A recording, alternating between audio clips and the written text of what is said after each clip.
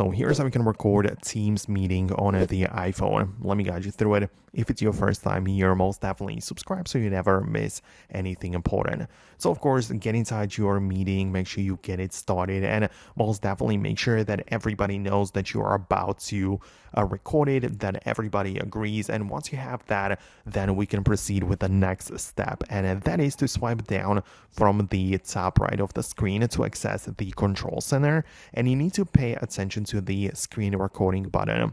If you do not see it, just go to the edit mode, tap the plus and add the screen recording. So that's how you can add it.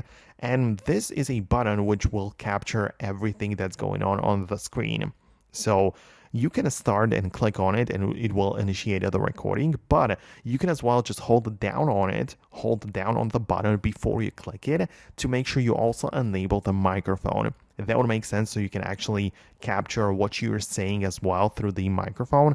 And yeah, that is going to be a little bit more useful, of course, in the context of recording meetings. But then you can get started, proceed with your meetings as usual. But once you are done and once you want to save it, just click on the recording button, and at the top, make sure you click on the stop button, and then the thing will be saved in your gallery alongside all of the other photos and videos which you have stored there. So that's essentially how it works. It's pretty simple, not much else going on. So let me know if you actually managed to make it work. I would really appreciate your feedback below. Thanks a lot for watching, and I hope to see you later in the next videos as well.